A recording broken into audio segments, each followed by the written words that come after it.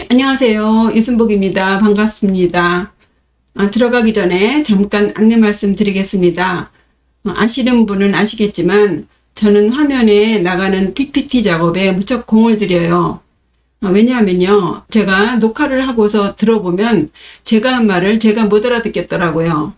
발음을 또박또박 하려고 말도 천천히 하는데 어쩌다 보면 휙 넘어가 버려요. 아나운서들, 앵커들 정말 그들의 재주를 인정하게 됐습니다.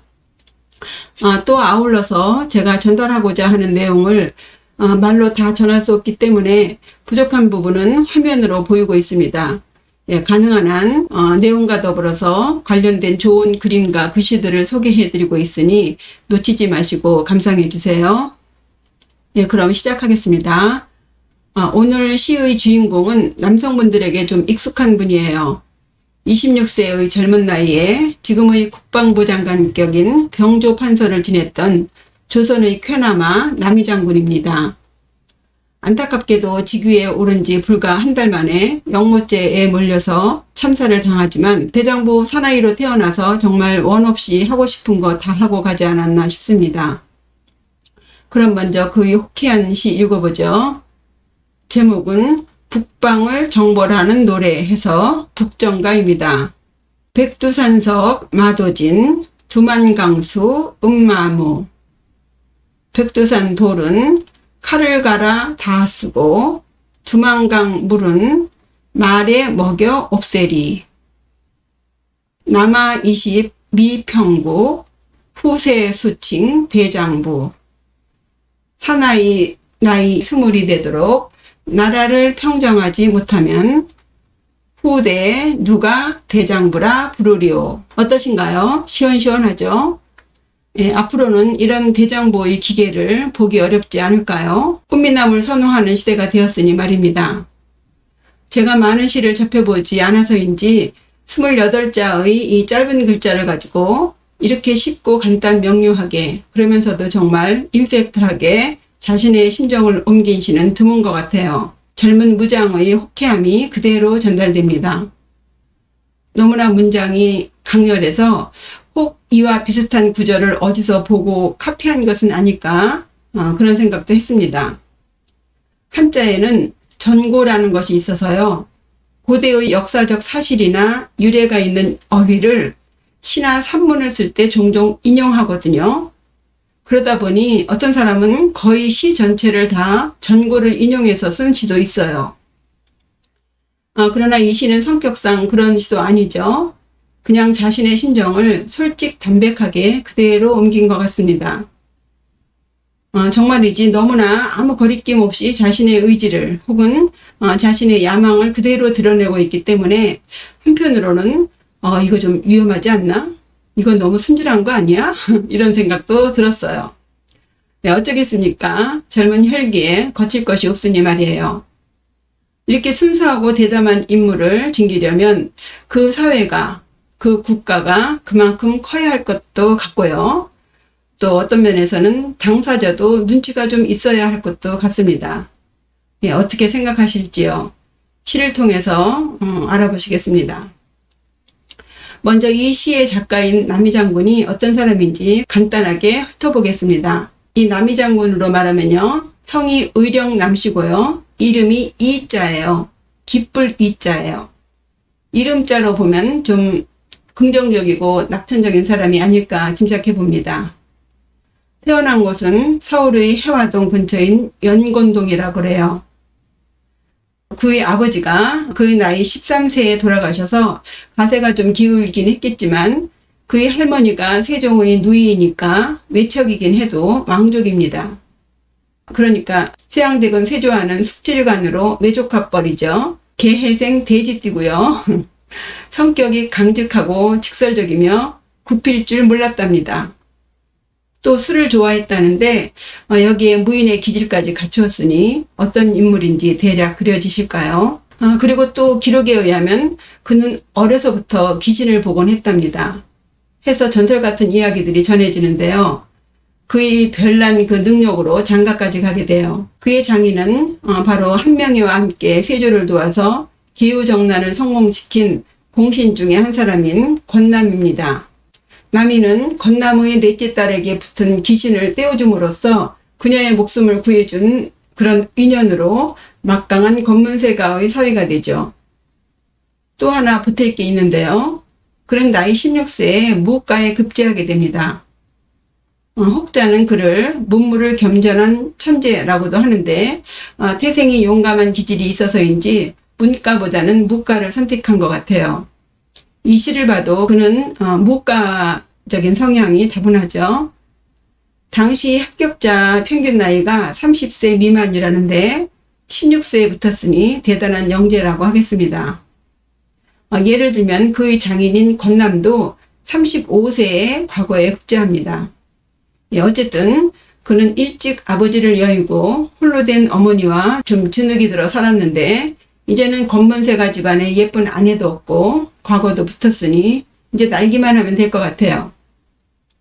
그럼 잠깐 여기서 그가 급제했을 때의 정치적 배경을 좀 보시겠습니다. 당시는 세조가 즉위한 지 3, 4년 되던 때로 계유정난의 흔적을 지우느라 바빴던 때입니다. 세조는 왕권을 강화하고 제도를 재정비하면서 새롭게 국가의 기틀을 잡아나가는데 근본적으로 명분 없는 자리에 앉고 보니 자신과 뜻을 함께했던 한 명회를 비롯한 공신들의 지지가 절대 필요했습니다. 그러나 의지했던 그 친구들이 시간이 지날수록 오히려 자신을 서서히 압박해 오고요. 그들의 부정부패는 날로 심각해졌습니다. 게다가 개인적으로는 왕자리 하느라 너무 많은 복을 끌어다 썼는지 사람들을 너무 많이 죽인 죄책감에서 그런지 억울하게 죽은 원혼들이 괴롭혀서인지 주변의 어린 친족들이 하나씩 죽어나가니 한시도 마음이 편할 날이 없었죠. 게다가 종기까지 온몸에 퍼져서 시시때때로 가렵고 도대체가 마음을 차분히 가다듬을 수가 없습니다. 불안하겠죠. 뭐가 언제 어떻게 터질지 알 수 없어요. 자신에게 서서히 죽음이 다가오는 것을 느끼는데 뒤를 이을 세자를 보면 썩 양에 차지 않습니다. 걱정이 됩니다. 게다가 또 세조가 내세운 그 북방 강경책이라는 것도 아버지 세종이 하실 때와 달리 잘 진행되는 것 같지 않아요. 여진족도 번번이 속을 썩이고 병력도 그렇게 효율적인 것 같지도 않고 점점 지방의 군사력을 통제하기가 어려워지니 언제 적군이 침공할지도 모르는 그런 불안한 시간을 보내게 됩니다. 해서 세조는 자신의 왕권을 압박하는 공신들도 견제하고 또 이후 세자를 든든하게 지켜주고 또 여진족을 포함한 북호와 남만들도 관리할 수 있는 그런 젊은 인재를 찾아봅니다. 그렇게 해서 발굴한 신진 인물 중 오늘의 시와 관련된 인물이 대략 세조의 친조카인 귀성군 준하고 지금 오늘의 주인공 외조카인 남이장군 그리고 간신의 대명사로 알려져 있는 터자 출신의 유자광입니다.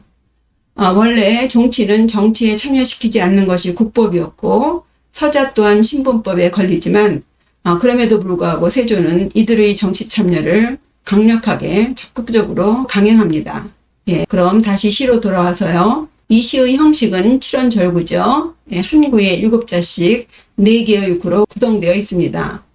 운율은 두 번째 구의 두만강 음마 무와 네 번째 구의 후세 수칭 대장 부의 종성인 우자를 운으로 마쳤습니다. 그럼 본격적으로 시 들어가죠. 시와 함께 남이장군부터 어떤 인물인지 알아보시겠습니다. 백두산석 마도진, 백두산의 돌은 마도, 갈마자, 칼도자예요. 그래서 칼을 갈다. 진자는 다할 진입니다. 그래서 백두산의 돌은 칼을 갈아서 다 쓰고 다 하고 여기서 백두산이라고 하면 우리나라에서 가장 높은 영산, 즉 신령스러운 산으로 알려져 있죠. 이번 기회에 백두산이 왜 백두인가 보시죠. 백두산의 꼭대기에 천지가 있죠. 지금 화면에 보이시죠. 천지의 호수 바닥에서는 화산 폭발로 인해서 생긴 백색 부석이라는 것이 나온답니다. 물에 뜨는 흰색의 그 돌이라네요. 그것이 주변에 그 현무암을 덮어서 하얗게 보이기 때문에 백두라고 했대요. 그리고 또 산이 높아서 7, 8호를 제외하고는 거의 연중 흰눈으로 쌓여있기 때문에 흰머리산 해서 백두라고 지어졌다고 합니다. 어쨌든 그 많은 돌을 다 칼을 갈아서 없앤다 하니 좀 과장되긴 하지만 젊은 무장의 호기로운 기계가 느껴집니다. 이런 점 때문에 이 시가 남성들에게 애송되었겠죠. 다음 문장입니다. 두만강수 음마모 했죠. 앞구와 대구를 이룹니다. 두만강수, 두만강의 물은 음마, 음료수 음자, 마실 음자예요. 말 맞자. 말에게 먹여서 무, 다 없애다. 두만강은 백두산에서 시작해서 우리나라와 중국 연해주를 지나서 동해로 흘러간다고 합니다. 내친 김에 두만강의 명칭도 좀 알아보죠. 이 두만강의 이 두만은 콩두자에 가득할 만자인데요. 이 이름은 그 뜻하고는 상관없이 만주어로 일만만을 투먼이라고 한답니다. 그래서 투먼의 발음을 빌려서 두만이 된 거죠. 만 개나 되는 그렇게 많은 지류가 모인 강이라는 뜻이죠. 정리하면 백두산의 돌은 칼을 갈아 다 쓰고 두만강의 물은 말을 매겨 다 없앤다는 뜻이죠. 시인은 이 백두산과 두만강이라는 지리적인 배경 하에 칼과 말을 소재로 해서 무장으로서의 자신의 기계를 잘 표현하고 있습니다. 아울러 조금 더 덧붙인다면요. 무장으로서 우리의 영토를 한양을 중심으로 하는 좁은 한반도에 제한하지 않고 저 넓은 광활한 대륙으로 뻗어나가고자 하는 대장부의 심정이 느껴지고요. 또 의도했든 의도하지 않았든 백두산과 두만강은 한반도의 가장 높은 곳에 있죠. 우리나라의 모든 산과 강을 다 아우르듯이 이 국토를 자신의 손아귀에 쥐고 흔들고자 하는 젊은 혈기의 정치적인 야망도 엿보인다고 하겠습니다. 이렇듯 시인은 아주 간단한 몇 개의 시어를 사용해서 마치 눈앞에서 용감한 장군이 칼을 마구 휘두르면서 그리고 말의 박차를 힘껏 가하면서 달리는 모습, 또 산이 울릴 것 같은 그 우렁찬 고함 소리가 들리는 것 같은 그런 시청각적인 효과도 주고 있습니다. 그런데요, 글쎄요, 얼마나 많은 칼을 갈아야 백두산 돌이 다 닳아버리고 얼마나 많은 물을 먹어야 물이 다 없어질까요? 도대체 그의 이런 통 큰 식구는 어디서 나오는 걸까요? 혹시 왕족 출신의 고관 대작의 사위라는 그 빵빵한 뒷배가 있어서일까요? 아니면 일찌감치 과거까지 급제한 자신감일까요? 아니면 또 그 본연 그대로 거칠 것 없는 젊은 혈기 때문일까요? 또 한 가지, 그는 귀신 보는 능력도 있다고 했죠. 그렇다면 앞일을 예견함으로써 오는 그런 여유로움, 그런 것과도 관계가 있을까요? 정말 그의 이런 열정, 자칫 무모하기까지 한 이러한 대담함은 어디서 오는 것일지, 앞서 그는 목숨을 살려준 인연으로 건남의 딸을 아내로 맞았다고 했죠. 그런데 안타깝게도 그 부인은 본래 병약했는지 어쨌는지 그가 23세 되던 해에 세상을 떠나는데 남인은 그의 아내와 사별한 23세부터는 정말 안팎으로 남들이 평생 겪는 일들을 3년 만에 다 끝내버립니다. 안으로는요, 아내와 사별한 그 이듬해 바로 보성 이씨와 재혼을 하고요. 그리고는 또 그 재혼녀가 홀로 대신 자기의 어머니와 잘 지내지 못한다는 이유로 세조에게 허락까지 받아가며 이혼을 합니다. 확실한지는 모르겠지만 그가 후에 처형당할 때 그의 아내와 함께 거열형을 당했다는 기록을 보았는데 그렇다면 그는 이혼 후에 또 재혼을 한 건가 싶어요. 그리고 그때 이미 그에게는 탕문아라는 여진족 여자하고 또 한 명의 첩도 있었습니다. 어쨌든 참 그래요. 또 밖으로는요. 세조가 인재 발굴 차원에서 발령시라는 것을 실시하는데 이 남이는 여기서 장원은 아니지만 이 시험에 붙습니다. 이러면서 이제 서서히 자신의 입지를 다지게 되죠. 이제 정말 그를 막을 것은 아무것도 없는 것 같았어요. 그러던 어느 날, 그러하여금 일약 출세가도로 달리게 하는 사건이 일어납니다. 그것은 세조가 죽기 1년 전에 일어난 이시애의 난이에요. 말씀드렸듯이 세조는 중앙 집권 체제를 강화시키기 위해서 북방 지역에 대한 강경책을 시행했는데요. 함길도의 이시에라는 그 호족이 세조의 정책에 불만을 갖고 난을 일으킨 것입니다. 이 반란은 약 3개월 만에 평정되는데 세조는 이 난으로 매우 힘들었던 것 같아요. 그러나 반면에 이 난으로 인해서 기성군 준이며 남이장군이며 유자강은 세조의 총애 속에서 초고속으로 승진을 하며 정계의 전면에 나서게 됩니다. 사실 남이장군이 이시에의 난을 진압할 때의 그 무용담이라든가 남만주의 여진족을 토벌할 때 적의 우두머리인 이만주를 죽인 것을 보면 누구도 부인할 수 없는 공적이 있지요. 그러나 세조의 남이 사랑은 좀 지나친 것 같아요. 남이는 26세의 나이에 공조판서가 되었고 또 6개월 후에는 오이 도총부의 도총관, 지금으로 말하면 육군 참모총장에 올라갑니다. 그리고 여기에 또 왕궁을 호위하는 겸사복장의 지위도 겸하게 돼요. 그리고 또 한 달 뒤에는 병조 판서로까지 임명됩니다. 한국사 통틀어서 최연소 국방부 장관이라고 하네요. 물론 세조의 이런 특혜는 남이에게만 국한된 것은 아니에요. 앞서 언급한 그 친족하인 기성군 준이나 또 서자 출신인 유지강에게도 해당됩니다. 그러나 문제는 우리의 주인공 남이장군이 이런 초고속 승진을 감당할 수 있었을까입니다. 송나라 유학자인 정의는 인생에 있어서 3가지 불행이 있다고 했습니다. 그 첫째가 초년출세, 즉 어린 나이 때의 출세고요. 둘째가 부모 형제의 권세로 벼슬자리에 앉는 것, 그리고 셋째가 뛰어난 재능을 지녔거나 뛰어난 문장력을 지닌 것입니다. 이 말은 원하는 것을 너무 쉽게 얻으면 반드시 그 대가를 치르게 되니 조심해야 한다는 뜻이겠죠. 그렇다면 이 3가지를 다 갖춘 남이에게 그 끔찍한 불행은 이미 예정되었던 것은 아닐까 싶습니다. 세조의 총애가 깊어질수록 그의 자신감은 점점 더 커져만 가고 그의 무공에 관한 찬사가 늘어날수록 그에 관한 시기 질투도 점점 커져갈 테니까요.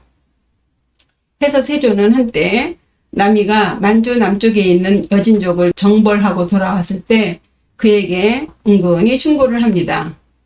자네는 이미 공신에 책봉되었고 큰 전공을 세웠으니 자만하는 마음을 갖지 말라고요. 글쎄요, 세조의 눈에 뭔가 보이는 게 있었나 보죠. 또 사평에는 이런 기록도 있습니다. 일찍이 남이는 스스로 대장이라고 자칭하면서 무사들을 멸시했다라고요. 이런 걸 보면 그의 태도에 좀 문제가 있긴 있었던 것도 같은데 뭐 젊은 나이에 그럴 수도 있지 않겠습니까? 그러나 이런 초고속 승진같이 남의 입살에 오르내리기 좋은 특이한 상황이 벌어질 때에는 그저 겸손 모드로 나 죽었어 하고 엎어져 있어야 하지 않을까요? 그런데 그런 막중한 때에 남이는 또 결정적으로 빼도 박도 못하는 실수를 합니다. 도대체 뭔 실수를 했을까요? 그는 세조도 참석한 서현정의 연회에서 술에 만취해서 세조에게 주태를 부립니다. 요즘 주상께서 기성군 준을 지나치게 총애하는 것은 잘못하시는 겁니다. 라고요. 이게 말인가요? 소인가요? 비록 술자리이긴 하지만 감히 어느 안전이라고, 그죠? 순간 자중의 분위기가 싸해졌겠죠. 이때 세조는 남이의 이 순진하다면 순진하고 괘씸하다면 괘씸한 이 발언에 어떻게 대처해야 할까요? 술자리가 술자리니만큼 통 크게 허허 웃고 넘어가야 했을까요? 그러나 이 일은 그렇게 웃어 넘길 만한 사건은 아니었던 것 같아요.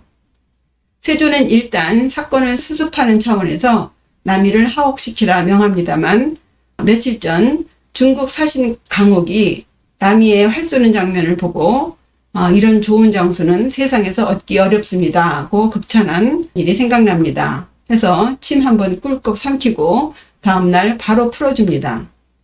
어쨌거나 남이는 아마 시급했을 거예요. 정말 해서는 안 될 소리를 했죠. 자신의 정치적인 야망을 그대로 공공연하게 드러낸 꼴이니까요. 사건은 이렇게 매듭지어지는 것 같은데 잠깐 남이가 한 이 말을 그 연회에 참석해 있는 사람들 각자의 입장에서 어떻게 들렸는지 알아보심으로써 당시의 그 정세의 분위기를 좀 예측해 봐야겠습니다. 남이가 술김에 한 이 말을 조금 달리 하면은요, 주상께서 저를 총애하시는 것은 알지만 저보다 기성군 춘을 더 총애하시니 제가 매우 서운합니다. 그러시면 안 되지요. 저를 더 총애해 주세요. 딸랑딸랑. 예, 세조 쪽에서 볼 때 남이의 이 말은요. 첫째, 세조는 신하를 편협하게 총애한다고요. 둘째, 그 대상이 기성군 춘과 의안군 남이임을 꼭 꼬집어서 공공연하게 말해주고 있죠. 그럼 이 남이가 질투하는 기성군 춘은 누구일까요? 그는 세조의 동생인 임영대군의 아들입니다. 계유정난 때 동생인 안평이나 금성은 세조의 반기를 들어 무참히 다 처형됐지만 임영대군은 세조를 도와서 횡액을 면했습니다. 이 기성군 춘은 그의 아들이에요. 그러니 세조의 조카이자 세자의 사촌형으로서 종친이 됩니다. 말하자면 세조는 종친인 기성군 춘과 외척인 의안군 남이를 총애한다가 됩니다. 지들끼리 다 해먹네 소리 듣기 딱 좋다죠. 사실 세조는 몇 달 후에 훈구 대신들의 엄청난 반대에도 무릅쓰고 28살의 젊은 기성군 춘을 영의정으로 임명하고 2살 아래인 26살 남이를 병조 판사로 임명합니다. 이것으로 보면 세조가 남이보다 기성군을 더 총애한다는 말이 틀린 것도 아니죠. 그러나 세조에게는 짜증나는 일입니다. 속내를 들킨 꼴이 되니 말입니다. 그리고 기성군의 쪽에서도 입장이 난처하죠. 그런 세자의 친사촌형으로서 세자가 왕이 되면 숨만 잘못 씌워도 용모에 걸리는 자리입니다. 그러잖아도 세조의 총애를 받고 있다는 것을 알만한 사람은 다 알고 있어서 은근히 세자의 눈치를 보고 있는데 저렇게 남이는 철없이 세자 앞에서 세조의 총애를 떠들고 있으니 환장할 노릇이에요. 도대체가 저 남이는 생각이 있는 사람인지 없는 사람인지 알 수가 없습니다. 그리고 또 하나는요. 기성군은 25살에 과거급제합니다. 남이보다 9년이나 느리죠. 그러니 남이가 자신을 무시하는 것 같아서 내심 불쾌하죠. 이 기성군은 얼굴도 잘생기고 자기 아버지 임영대군과 달리 범생이 스타일이었답니다. 그러니 남이 장군같이 호방하지만 왠지 경박스러운 것 같은 좀 품위가 없는 것 같은 그런 사람이 자기를 동급으로 취급하는 것도 영 찝찝합니다. 어디 너 따위가 외척주제에. 그렇죠? 그런데 이 기성군보다 더 열받는 사람이 또 있어요. 그는 항상 기성군 춘과 의안군 남이 때문에 뒷전으로 밀리는 세자입니다. 그에게는 이 광경이 치욕적인 장면이 아닐 수 없죠. 지금 도대체 내 앞에서 무슨 짓들입니까? 세조는 왕권을 강화하여 훈구 세력들로부터 어린 아들 세자를 보호하기 위해서 종친인 이 두 조카를 키웠다고 하지만 예종은 노 땡큐예요. 아버지 세조는 입만 열면 이 두 사촌형들을 칭찬하니 설혹 자기가 아버지를 이어 왕이 된다 해도 이 두 사람은 예종의 형벌로서 아차하면 언제든 자신의 왕의 자리를 뺏을 수 있는 사람들 아닙니까? 도대체 아버지는 왜 저렇게 생각이 없으실까 하죠. 그런데 이것들이 대놓고 나를 앞에 놓고 아버지 세조의 총애를 다투고 있으니 이게 말이 됩니까? 특히 저 남이 형은 뭐가 좋은지 늘 껄껄거리고 다니니 정말 마음에 안 들어요. 내가 왕만 되기만 해봐. 저놈을 그냥 당장. 또 있습니다. 의외로 남이에게는 정적이 많은 것 같아요. 한 구석에서 눈살을 찌푸리며 혀를 쯧쯧쯧쯧 차면서 이 장면을 못마땅하게 쳐다보고 있는 노세한 훈구 공신들입니다. 그들이 볼 때 정말 한심한 작태가 아닐 수 없죠. 대가리에 피도 안 마른 것들이 번번이 자기들을 뒷방 노인네로 취급하더니만 임금 앞에 아부하는 꼴이라니죠. 특히 저 천방지축 남이는 육법 전서에도 없는 괘씸죄로 제거 대상 1호였을 거예요. 이와 같이 남이를 눈엣 가시로 여기는 정적들은 탁구공같이 이리저리 설치고 다니는 남이를 예의 주시하고 있습니다. 그러나 이들은 그저 그렇다는 것일 뿐 딱히 남이를 어떻게 해보려는 계획 같은 것은 없었던 것 같아요. 그러니 이 서현정 연애 사건은 남이 장군 스스로 그들이 남이에 대해 가지고 있었던 그 부정적인 인식들을 수면 위로 끌어올리게 하는 계기를 만들어주는 꼴이 되지 않았나 싶습니다. 즉 정적들로 하여금 남이를 미워하는 모임, 즉 남미모를 만들게 하는 빌미를 주게 되지 않았는가 하죠. 이런 장면에서 이런 말도 좀 심할지 모르겠으나 공자에게는 이름이 유인자로라는 제자가 있었는데요. 그는 한때 불량배 출신이었습니다. 그런데 어느 계기로 공자님에게 감화돼서 그의 문하에 들어온 사람이에요. 그러나 근본 성질이 불같이 급하고 의협심이 강해서 늘 공자를 걱정시켰습니다. 해서 공자는 약유야 부득기사연이라고 했습니다. 자로같이 하면 제명에 죽을 수 없다고요. 아슬아슬합니다. 이제 남이에게 문제의 사건이 벌어지는 것은 시간 문제인 것 같아요. 어쨌든 그 요란한 서현정 연애 사건이 있은 지 넉 달 후인 9월에 세조는 말씀드렸다시피 이시의 난을 평정시킨 공으로 기성군 준에게는 영의정을, 남이 장군에게는 병조판서를 임명하고 한 달 후 세자에게 왕위를 양해하고 그 다음날 이 미련 많은 세상을 하직합니다. 이제 드디어 조선의 제8대 예종이 등장해요. 예종은 즉위하자마자 기성군 준의 영의정직을 박탈합니다. 그리고 남이도 병서판서직을 박탈하고 왕궁을 호위하는 겸사복장으로 자천시켜요.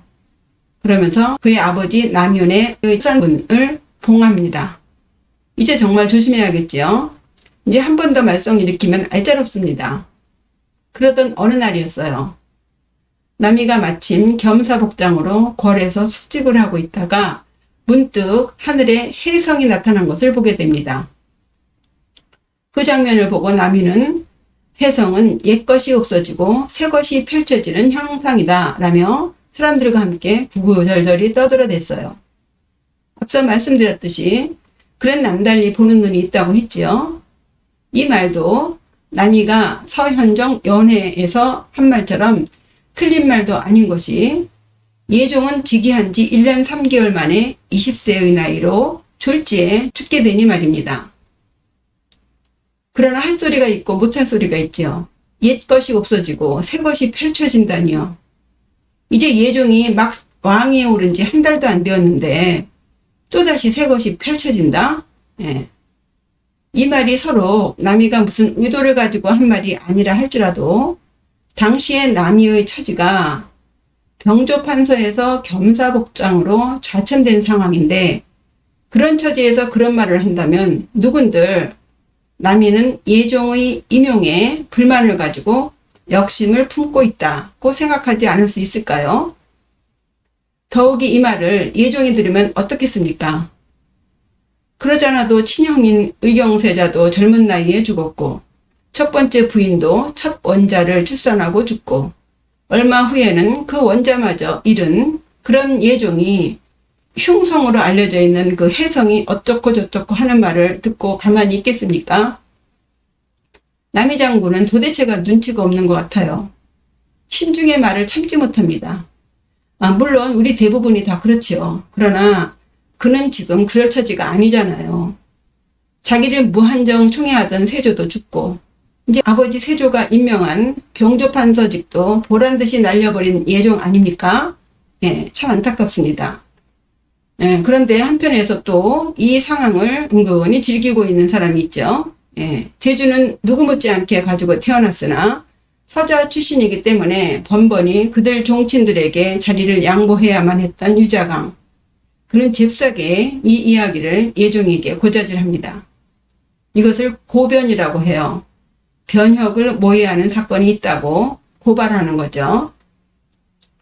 그리고는 남이를 못마땅하게 여기는 사람들을 모아서 여론을 조성합니다. 당연히 이 변혁의 결정적인 증거가 필요하겠죠. 이때 제시한 것이 오늘 감상하시는 이 시이고 그 치명적인 식구가 이 세 번째 구예요. 예, 보시죠. 남하 20 미평국 후세수칭 대장부입니다. 남하라는 것은 산의 남자, 아이 아자에서 산의 아이라는 뜻인데요. 남자다운 남자를 말할 때도 씁니다.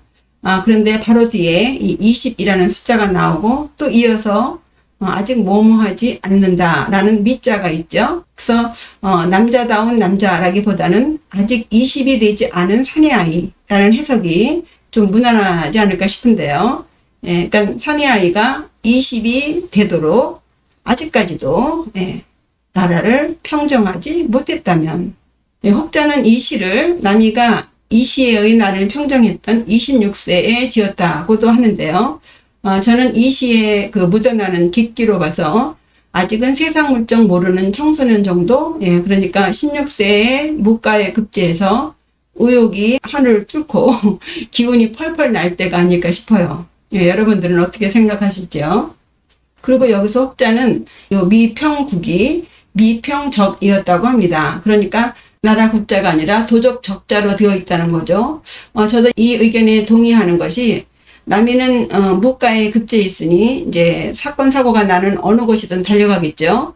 그 중에서도 남이같이 활기차고 용감한 무장이라면 그 어느 곳보다도 저 만주대륙을 달려보고 싶었을 거예요. 상상만 해도 설레고 흥분될 것 같지 않습니까? 백두산 돌로 칼을 갈고 두만강 물을 말에게 먹이면서 20살이 되기 전에 우리 조선에 누락질하는 놈들 내가 다 아작을 내버리겠어 했겠죠. 도적들을 다 평정하겠다는 의지를 밝히고 있죠. 아직 높은 벼슬에 이르기 전이고, 글쎄요, 나라에 충성한다는 개념보다는 젊은 혈기에 말달리며 도적을 물리친다는 생각이 더 강하지 않았을까 싶은데요. 해서 저도 나라 국자 대신에 도적 적자가 좀 적합하다고 생각합니다. 그런데 이렇게 순수하게 아무 사심 없이 그저 사내 대장부로 태어나서 더도 말고 덜도 말고 최소한 자신이 지켜야 할 가장 기본적인 덕목을 말했을 뿐인 이 글이 어떻게 그의 발목을 잡았을까요? 유자강은요, 이 미평국의 평을 미득국의 득으로 고쳐서 그에게 역심이 있다고 예종에게 고변합니다. 말하자면 나라를 위해 도적들을 평정하겠다는 의지를 밝힌 이 미평국이 엉뚱하게 나라를 득한다, 찬탈하고 말겠다는 역심의 시로 바뀐 거죠. 예종은 유자강의 이 말을 듣자마자 바로 남이장군을 체포합니다. 누구도 이 일을 막을 수 없었죠. 그저 바라만 볼 뿐 아무도 나설 수 없습니다. 명분이야 종친과 무장의 세력을 눌러서 왕권을 강화하기 위해서라지만 꼭 그렇지만은 않은 것이, 나이 19살의 어린 예종은요, 자기 아버지가 사촌 형인 단종을 죽이고 왕이 되는 것을 직접 보고 자란 사람이죠. 유자강이 이 남이의 옥이라 불리는 사건에 얼마나 살을 붙였든 간에, 그리고 이 시의 글자를 어떻게 붙였다 띄었다 하든 간에, 일단 예종이 혜성이 어쩌다 소리를 들었다면, 그리고 이 시의 글자가 미평국이든 미득국이든 이 시를 들었다면 절대 남이를 그냥 두고 볼 수는 없죠. 아니할 말로 남이가 불만을 품고 언제 자기의 목에 칼을 들이댈지 모른다고 생각했을 거예요. 그러나 남이장군 입장에서는요, 너무도 어이없는 일이죠. 실제로 그가 역무를 했는지에 대한 확실한 증거도 없고 또 안 했다는 증거도 없습니다. 그렇게 이 사건은 속전속결로 처리돼요. 그 와중에 누가 그의 편을 들어주겠습니까? 그는 결국 혹독한 국문 끝에 거짓 자백을 합니다. 그리고 정말 남이스럽게 자기가 역모를 저지르지 않은 것을 알면서도 말 한마디 거들지 않는 무리들을 역모 동참자로 모두 끌어들여서 같이 죽습니다. 누구보다도 한때 이시의 난을 진압하면서 자기와 함께 북청 전투를 치루었던 78세 된 영의정 강순부터 줄줄이 불어대요. 이때 강순이 말하죠. 죽으려면 너만 죽을 것이지 이 늙은이는 왜 끌어들이느냐고요. 남이가 말합니다. 당신은 나이도 80이 다 되었으니 살 만큼 살았고 영의정도 해보았으니 무슨 여한이 있겠는가. 그럼에도 내가 죄 없음을 알면서 말하지 않으니 그것이 당신의 죽을 죄요. 라고요. 예, 그렇게 남이는 체포된 지 3일 만에 형장의 이슬로 사라집니다. 당연히 그의 어머니와 부인도 거열형으로 처형되고요. 그의 딸은 노비로 보내졌지만 건남의 외손녀라 1년 후에 풀려났다고 합니다. 그러나 이미 집안은 풍비박산이 났죠. 어이가 없죠. 그래서 공자는 정치인들을 좁쌀과도 같은 인간이라고 말한 것 같아요. 제가 애초에 이 시를 선택한 것은 남이장군의 대장부다운 기계를 말하기 위해서였어요. 그러나 파고 들어갈수록 남이장군이 역모를 했느니 안 했느니 그의 인간됨이 어쩌니 저쩌니 나라가 작아서 큰 인물을 못 알아봤다느니 갚는 을박이 끝이 없습니다. 그러나 남이가 정말로 역모를 저질렀는지 아닌지와 상관없이 그의 성정이 경박하든 어떻든 간에 그런 것은 그의 죽음과는 전혀 상관없는 것 같습니다. 왜냐하면요. 유자강의 편에 서서 남이를 역모죄로 몬 그 귀성군 준도 2년 후에는 어린 성종을 죽이고 왕이 되려 한다는 정인지의 탄핵을 받아서 유배를 당해요. 그리고 10년 후에 그 유배지에서 사망합니다. 이것이 왕의 종친들은 왕이 되든가 아니면 숨만 쉬고 살아야 하는 이유입니다. 해서 이제 마지막 네 번째 군데요. 남이가 마지막으로 정말 하고 싶었던 말로 정리해 볼까 합니다. 후세 수칭 대장부. 디후자죠. 세상 세자에서 후세, 후대에 수칭, 누구 숫자, 칭할 칭자, 칭호, 호칭. 누가 칭하겠는가? 후대에 누가 말하겠는가? 대장부라고. 그래서 큰 대자, 어른 장자, 산의 부자예요. 우리는 보통 이 대장부라고 하면 일단 신체적으로 씩씩하고 건장한 사내를 말하는데요. 이런 신체적인 것 말고 정신적인 면에서 대장부에 관한 정의가 몇 개 있습니다. 그 중에서 남이장군에게 어울리는 대장부의 개념을 골라봤어요. 이것으로 남이장군의 신중을 대신할까 합니다. 명심보감에 나오는 이야기인데요.